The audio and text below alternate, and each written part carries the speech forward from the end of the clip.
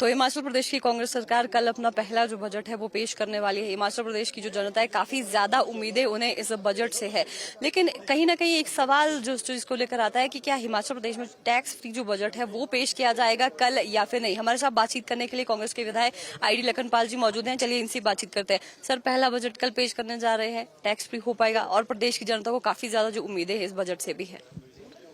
देखिए, सबसे पहले तो मैं मुख्यमंत्री ठाकुर सुखविंदर सिंह सुक्खू जी को बधाई देना चाहता हूं कि वो अपना जीवन का पहला बजट बतौर मुख्यमंत्री प्रस्तुत करेंगे और प्रदेशवासियों को बहुत सारी उम्मीदें हैं, खासकर महिलाओं को, युवाओं को, किसानों को और मजदूरों को, कि इस टैक्स में बहुत कुछ नया देखने को मिलेगा।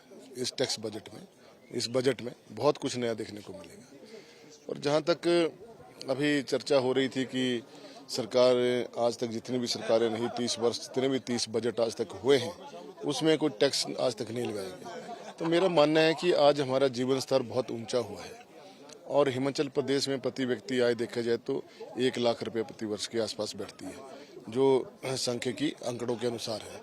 तो हमारे प्रदेश के लोग बहुत कर्मठ हैं, मेहनती हैं। यदि सरकार की जो आर्थिक स्थिति है उसको देखा जाए तो बहुत बदहाल है। उस आर्थिक स्थिति को ठीक करने के लिए पहले अपने खर्चों में कटौती की जानी बहुत जरूरी है और यदि उसमें लगता है कि सरकार को कुछ अनवांछित चीज़ों के ऊपर टैक्स लगाया जाए तो कोई उसमें बुरी बात भी नहीं है। और साथ में जो हमारे प्राकृतिक स्रोत हैं और जो हमारे दोहन करने की जो चीज़ें हैं जिससे हमें हमारी आर्थिकी बढ़ सकती है टूरिज्म के माध्यम से और कृषि के माध्यम से, उसके ऊपर विशेष रूप से इस बजट में आपको ध्यान देना पड़ेगा और वो रहेगा भी, ऐसा माननीय मुख्यमंत्री महोदय का भी मानना है, सोचना है।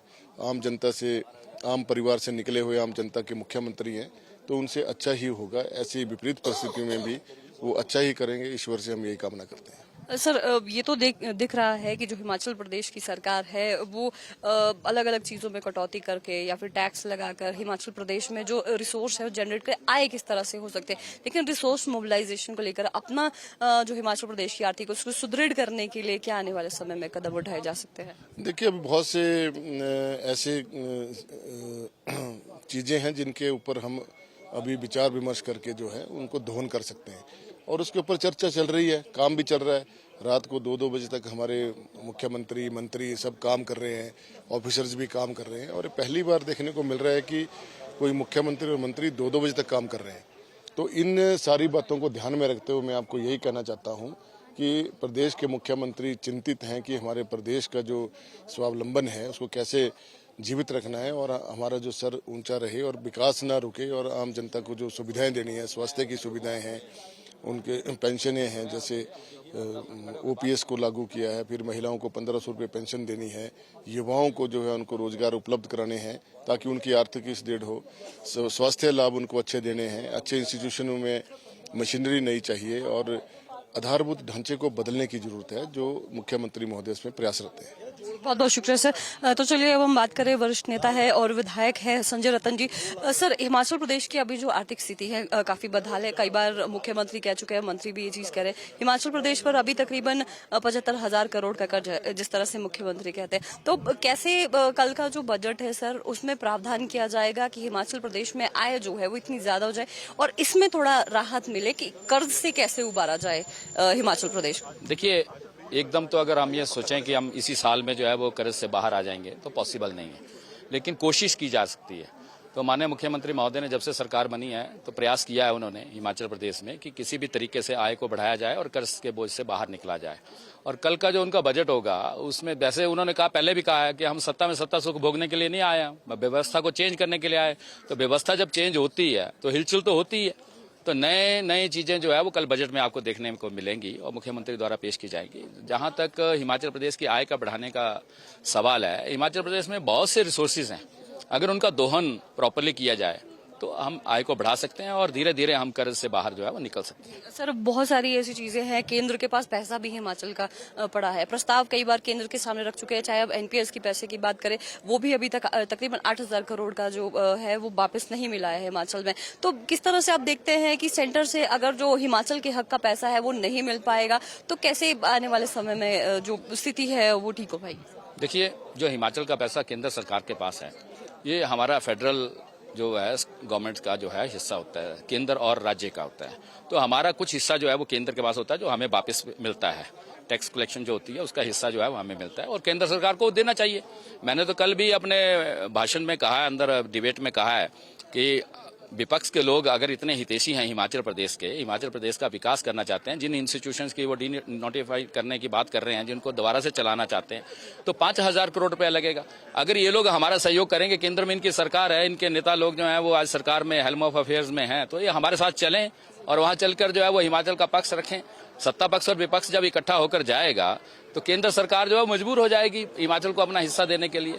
तो हम कोशिश करेंगे, अगर ये नहीं जाएंगे तो हमारे सरकार के मुखिया जाएंगे और केंद्र से अपना पक्ष रखेंगे और केंद्र को पक्ष रखने के बाद जो केंद्र को जो है वो पैसा देना ही पड़ेगा, जो हमारा राइट है वो तो हमें देना ही पड़ेगा उनको। बहुत बहुत शुक्रिया सर बातचीत। Thank you. सर आपसे भी जानना चाहेंगे, पहली बार आप विधानसभा में यहाँ पर पहुंचे हैं, सबसे पहले तो आपके अपने क्या विचार है इस चीज को लेकर कि हिमाचल की आर्थिक सुदृढ़ीकरण के लिए किस तरह के जो प्रयास है आने वाले समय में किए जाने चाहिए? सबसे पहले तो आपके चैनल का बहुत बहुत धन्यवाद। मैं कुडलैहड़ विधानसभा से हूं और मैंने पहले भी कहा कि 32.5 साल के बाद वहाँ कांग्रेस का विधायक मुझे पार्टी हाईकमांड और कुडलैहड़ के लोगों की वजह से मुझे मौका मिला है। और जो आप बजट की बात कर रहे हैं, जो आज आपने देखा है कि ड्रामा जो भारतीय जनता पार्टी ने किया, ये लोग अगर ये जो चीजें पहले सोचते, जब आपने देखा कि इन्होंने लोगों के साथ बहुत बड़ा धोखा किया। जब सत्ता में ये लोग आए, कोई इन्होंने प्रोविजन नहीं किया, इंस्टीट्यूशन खोल दिए। कहीं मेरे क्षेत्र में 2 डिवीजन खोले गए, एक पंचायती राज का दफ्तर है डिवीजन, और उसमें से मात्र एक जेई बोई एसडीओ बोई एक्शन, कोई क्लर्क नहीं, कोई कुछ नहीं। इन्होंने कोई व्यवस्था नहीं की। आज जो ये रोना रो रहे हैं, ये शायद जयराम जी पहले अगर कोशिश करते, जैसे इनकी सरकार थी, डबल इंजन करते रहे, एक भी पैसा जो सेंटर से इनको कोई मदद नहीं मिली। जो आप इस बार की बात कर रहे हैं, माननीय मुख्यमंत्री जी ने शुरू से प्रयास, जब से सरकार बनी है तब से प्रयास जारी कर दिया है कि हम प्रदेश की आर्थिक स्थिति को कैसे सुदृढ़ करें। उसके लिए जैसे टूरिज्म की दृष्टि से, उसके लिए जैसे आज वाटर सोर्स पे जो टैक्सेस लगाए, और भी कई जो साधन जो है जिसमें प्रदेश की स्थिति जो सुदृढ़ हो। क्योंकि हमारा जो हिमाचल प्रदेश है, यहाँ कोई ज्यादा इनकम सोर्सेज नहीं है, उसके लिए माननीय मुख्यमंत्री जी बहुत प्रयास कर रहे हैं। और जो भी बजट आएगा इस बार, मैंने पहले भी कहा कि आम लोगों से जुड़े हुए चीफ मिनिस्टर हैं, बहुत बढ़िया बजट आएगा। और आप देखना, ये कल आपके सामने बजट पेश हो जाएगा। आप कितना सही से मानते हैं कि हिमाचल प्रदेश में, जैसे मुख्यमंत्री ने कहा भी कि जो संस्थान बंद किए गए हैं, 5,000 करोड़ का अतिरिक्त मतलब बोझ आर्थिक स्थिति पर पड़ रहा था, तो बिना स्थिति को जाने, जिस तरह से विपक्ष भी कह रहा है कि रिव्यू करना चाहिए, तो उसके बाद इतना बड़ा फैसला लिया जाना चाहिए था संस्थानों को लेकर। ये जो विपक्ष ने जो बात ये रखी है, बिल्कुल सरासर गलत है। माननीय मुख्यमंत्री जी ने कल अपने भाषण में ये बात कही है कि जो भी संस्थान बंद, कोई संस्थान नहीं किया गया है, रिव्यू के लिए हमने लगाया है। जहां नीड बेसिस, जहां लोगों की जरूरत लगेगी कि लोगों को जरूरत है, चाहे स्कूल की बात हो, चाहे ITI की बात हो, चाहे किसी ऑफिस की बात हो, वो सब खोले जाएंगे। ये झूठ का ढिंढोरा पीट रहे हैं ये लोग। ये अब इनका भी कसूर नहीं है। इनको पता है कि 5 साल, अभी 5 साल का अरसा बहुत लंबा होता है। अब ये सोच रहे हैं पता नहीं शायद काली चुनाव आ जाएंगे। ये जो सरकार है ये पूरे 5 साल चलेगी। आदरणीय सुखविंदर सिंह सुक्खू जी की सरकार है और यहाँ लोगों से वादा किया है, व्यवस्था परिवर्तन आपके सामने हो रहा है। सर, जो गारंटियों का वादा किया था पहली कैबिनेट में, तो उसे अभी पूरा नहीं किया गया क्योंकि पाइपलाइन में अभी चीजें चल रही हैं। 2 जो गारंटी थी वो बिल्कुल पूरी कर दी गई है, कैबिनेट में पास कर दिया गया है। उसके लिए जैसे OPS का मुद्दा था, बहुत बड़ा मुद्दा था। ये लोग तो उसमें ये इनको तो मुख्यमंत्री जी का धन्यवाद करना चाहिए कि आपने बहुत बढ़िया फैसला लिया। ये लोग हर चीज पे विरोध। ये जो गारंटी की आप योजना की बात कर रहे हैं, 2 जो जिसमें एक पहली OPS और दूसरी जो 1500 वाला, वो भी कैबिनेट में पास हो गया। उसके लिए अब इतना बड़ा फाइनेंस का सारी व्यवस्था करनी पड़ेगी। माननीय मुख्यमंत्री जी इसके लिए बहुत प्रयास कर रहे हैं और बहुत जल्दी OPS का और जो 1500 महिलाओं के लिए है, बहुत जल्दी वो मिलना शुरू हो जाएगा। बहुत बहुत शुक्रिया सर। धन्यवाद। जी, तो ये थे कांग्रेस के विधायक, तीनों से हमने बातचीत की, इनके विचार जाने। और सीधे तौर पर कहा कि कल का जो पहला बजट बतौर वित्त मंत्री मुख्यमंत्री कल पेश करने जा रहे हैं, जनहितैषी ये बजट रहने वाला है और जितने भी वादे प्रदेश की जनता से चुनावों के समय में किए गए थे और जो पाइपलाइन में चल रहा है, जैसे ओपीएस का इंतजार किया जा रहा है, 1500 रुपए जो महिलाओं को देने हैं, वो कल के बजट में सीधे तौर पर जो प्रदेश की महिलाएं हैं, प्रदेश के जो लोग हैं जो इंतजार कर रहे हैं, उन्हें ये लाभ मिलने वाला है।